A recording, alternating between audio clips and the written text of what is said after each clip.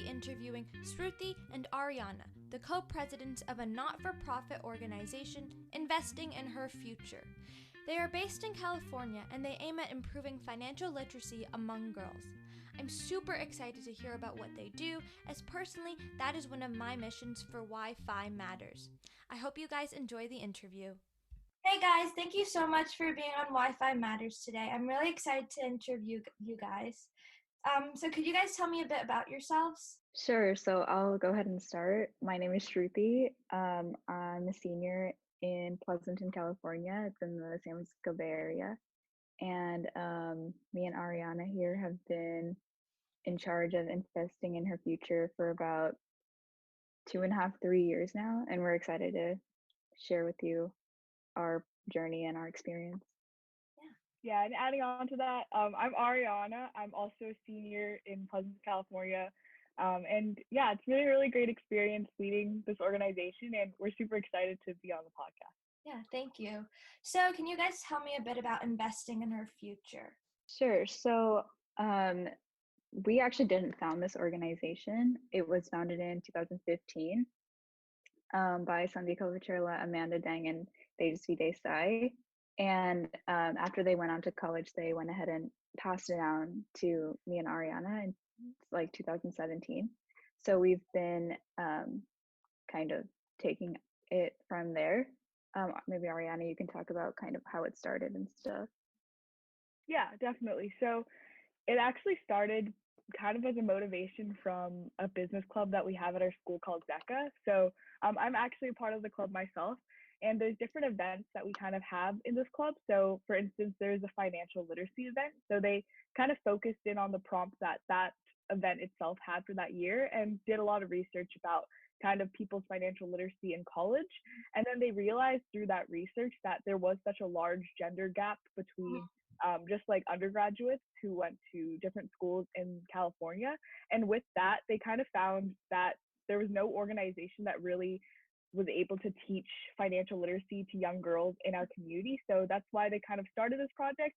And we've just been continuing that, utilizing the materials they created and starting workshops of our own to really help elementary school, middle school, and even high school females mostly, but also just people in general who were trying to learn more about finance.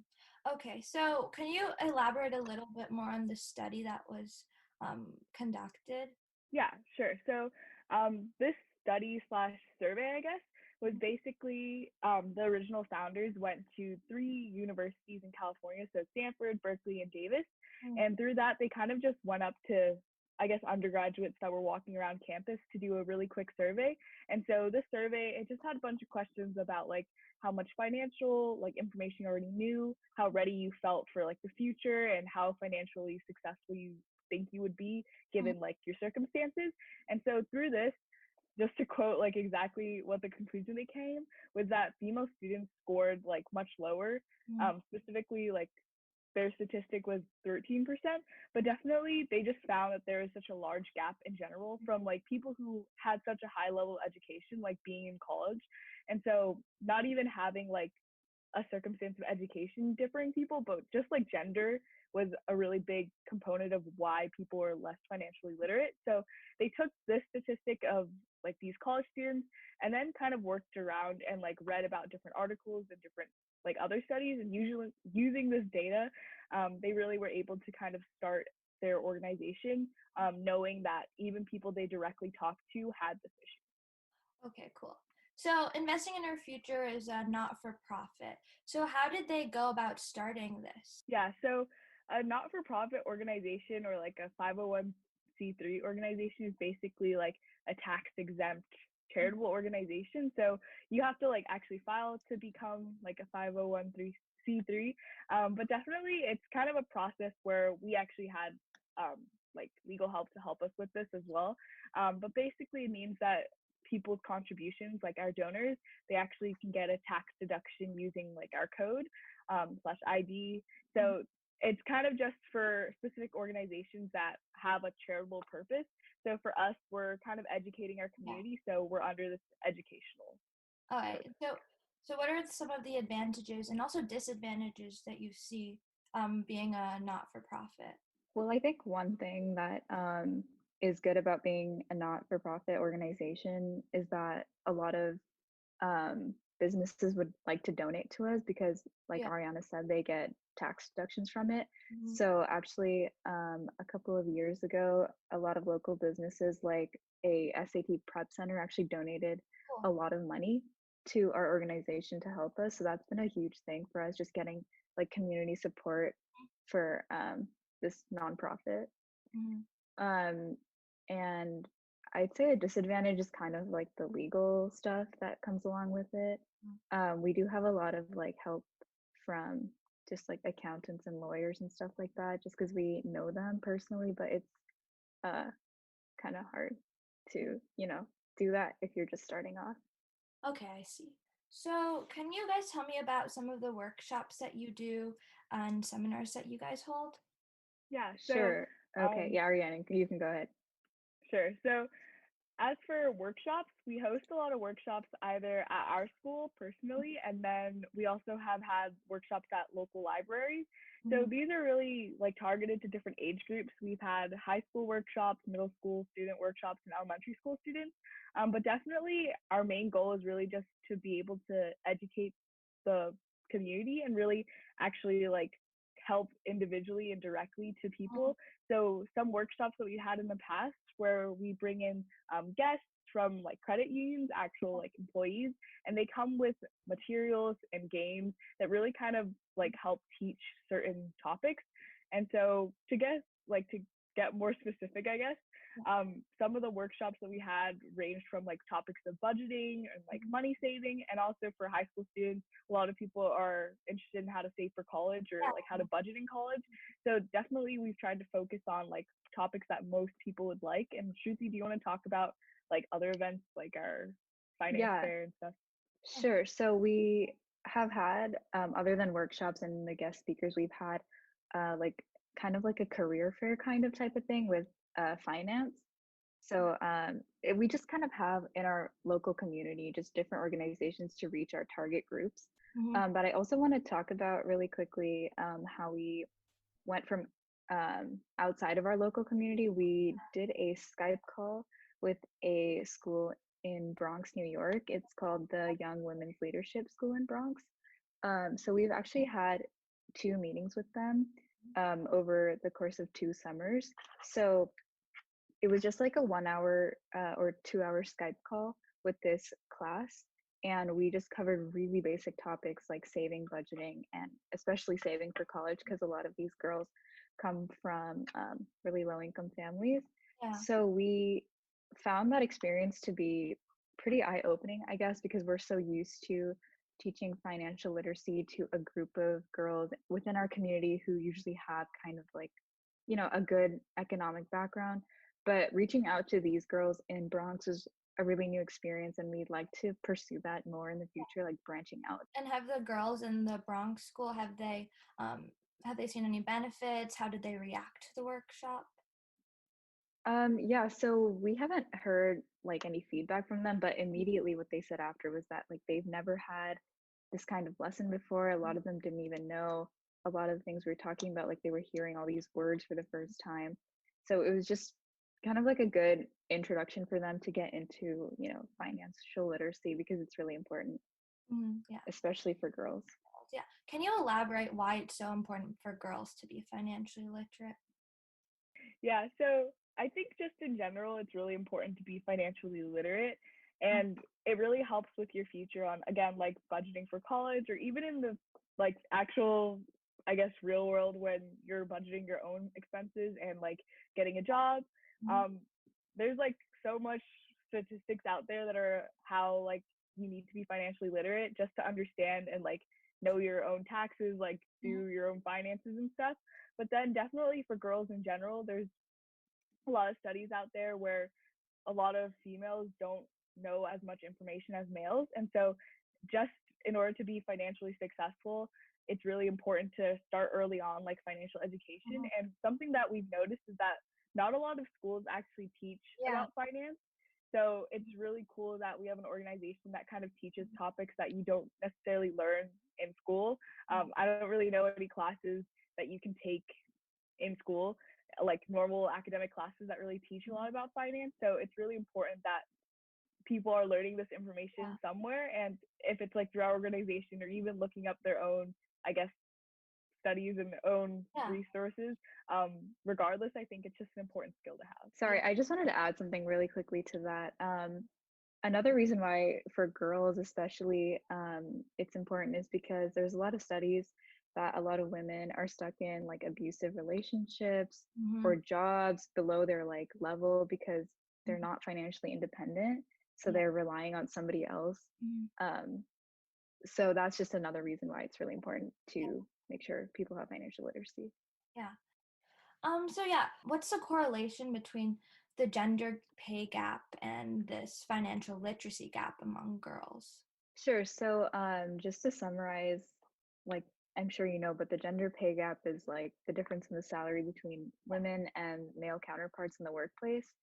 And women make like 79 to 81% of a man's salary for the same job. So actually the gender gap in financial literacy is often referred to as a secondary gender wage gap, just because both the pay gap and the literacy gap account for the discrimination that women often face in the workplace. And it's actually a lot larger when you're considering women of color. And so this is why we kind of teach these topics to girls early on, just because if they have this knowledge from an early age, they won't have to suffer from these high levels of discrimination. And actually a few months ago, we sent out a survey regarding entrepreneurship, specifically like tech startups, to girls in our high school as part of a little study we were doing. And one junior stated exactly that she feels a lack of confidence and male domination in these fields can be prominent barriers for women. So I think that like financial literacy is a stepping stone for women to gain more power in their respective workplaces, just because there's like institutionalized barriers against them. That's really important for the listeners and everyone to know. That's great. So in the workshops, do boys also come? Because like you were saying, it's like everybody needs to benefit from this. Yeah, so in our workshops that we've had, our target audience is girls, like high school, middle school aged girls, but we don't close the workshops open to boys because we are still like promoting education. But a majority of the time, most of the attendees will be girls, but we've definitely had a lot of boys attend too. And that's because the way we advertise is through our school and through school clubs. So that's why a lot of both boys and girls come. So what are some of the projects that you guys have, upcoming projects that you guys have? Yeah, so definitely with this pandemic and like shelter in place in California, it's pretty difficult for us to like reach out to who we usually have, I guess, our workshops at, which are like the libraries as well as our school. And then definitely like going to bank field trips is kind of hard now. But definitely we're looking into kind of using like Zoom or just online platforms to even, I guess, have like these seminars. And in addition to that, there's so many resources that we can actually send out to people. We still have access to all those, I guess, email lists from our school clubs where a lot of kids are interested in learning more about finance. So we can just send out more information and just resources that we have. But definitely our usual, I guess, like panels and in-person workshops is definitely kind of on a pause. Okay, so how has your community, like you said, your school has been supporting you a lot. How has your community been supporting you? Yeah, so like I mentioned before, a lot of local businesses have donated in the past to help us. And we host a lot of workshops at the library, so they're kind enough to let us advertise there and use their rooms to do that. So yeah, those are basically the main ways. Cool. And so you guys are both seniors right now. So are you gonna take this into college, or are you gonna have like a new group of girls come and lead this organization? So right now we have a lot of underclassmen, we call them student ambassadors, who will continue to run workshops in the future. And since we have connections to school, like business clubs, we're also planning for them to host similar workshops in the future because a lot of them reach our exact target audience. So that's how we're planning on continuing it. Okay, cool. So what are some of the who are some of the guest speakers you've had come speak at your workshop? Ariana, do you want to talk about that?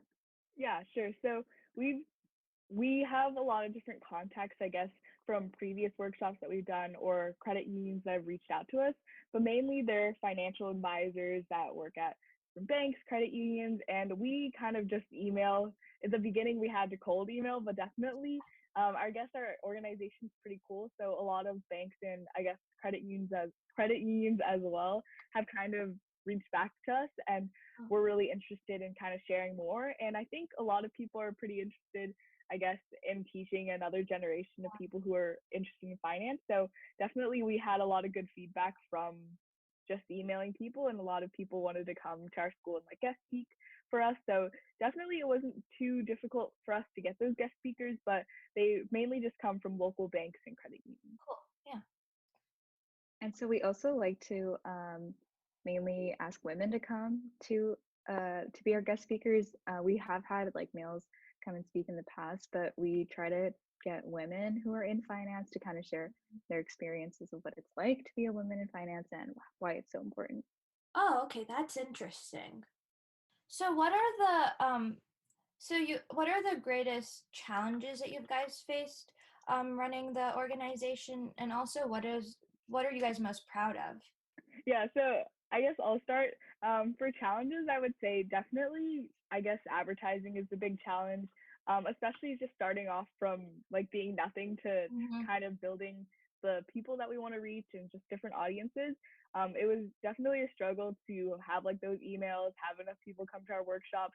But definitely, I think what's the rewarding part of this is that there are so many people that are interested in finance, and it's really great to be able to have that platform where people are learning and people are understanding like that they don't have to live in like the statistic where they're always in like a gap in financial literacy, that like girls in our school as well as like younger girls can actually be in these careers that are usually male dominated and have financial literacy.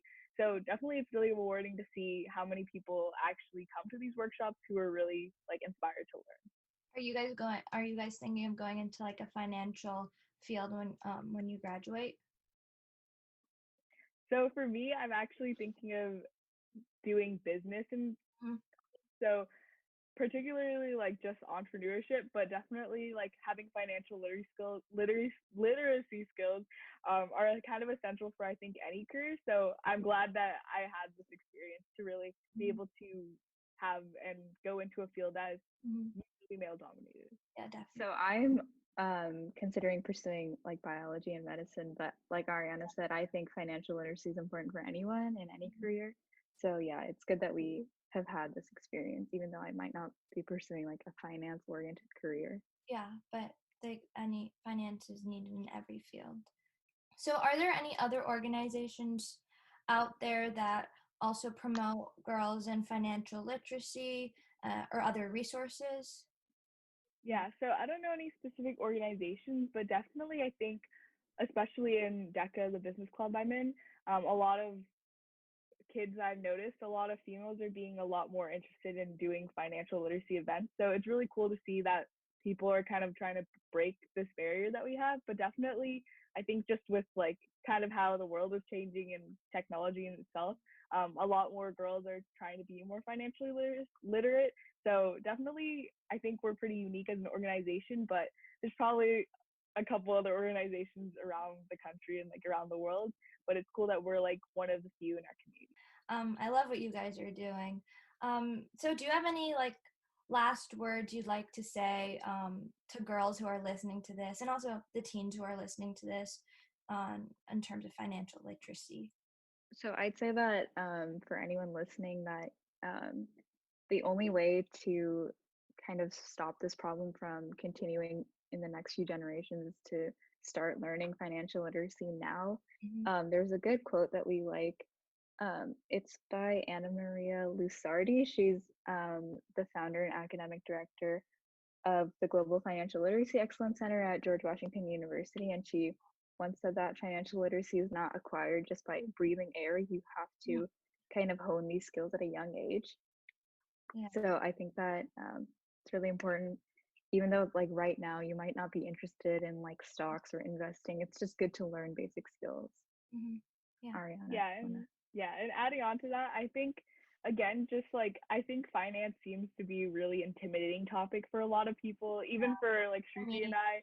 Yeah, it's pretty intimidating as kind of a topic to learn, but definitely I think just starting small, like even knowing like what needs are and what wants are, that's like our first thing we teach anyone in our workshops, and it's such a basic concept, but even just building off of that and even like maybe trying to budget your own like finances for a month or like tracking your expenses, those are like really small things that you can do and small actions you can do to get started in finance.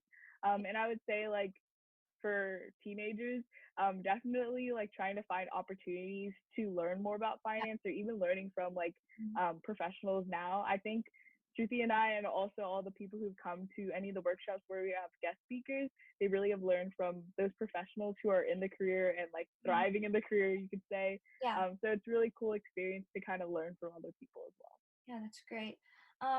So for the people who are listening to this, are there any ways that we can get involved in investing in our future? Yeah, so definitely we have a website as well as social media. We have a Facebook page if anyone wants to like it.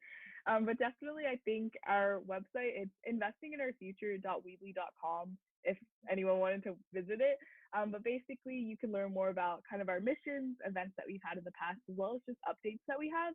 And also, especially because there's so many resources online, just being able to look up any curriculum in general is just really cool. So you can be a part, I guess, indirectly of our organization by trying to fight this gender gap in financial literacy. Yeah, this was really great, guys. Thanks so much for doing this. Yeah, no problem. Of course. And also, if you have any, if you guys are having any Zoom or online seminars, just and you're interested in getting like Chicago kids, because I'm in Chicago right now. Okay. I'd love to like tell everybody who's listening to this podcast about investing in our future, because I really love what you guys are doing. So yeah. Sure, yeah, we'll definitely let you know if we're gonna be doing something like that. Okay. Thank you guys so much. That was Thank you. So that's the end of the interview. I really hope you guys enjoyed it and now understand the importance it is for all teens, especially girls, to be financially literate. You can learn and support investing in our future by going to their website, which will be in the episode description. Also, go check out Wi-Fi Matters' new look on our new webpage at wifimatters.com. Also, besides the audio version of this podcast, which you can get on Apple Podcasts, Stitcher, Spotify, and other places, you can now listen to a video version of the podcast on YouTube. I really appreciate it if you subscribe to our channel and leave me some 5-star reviews. Just joking. Thanks for listening, and I can't wait to talk to you guys next time.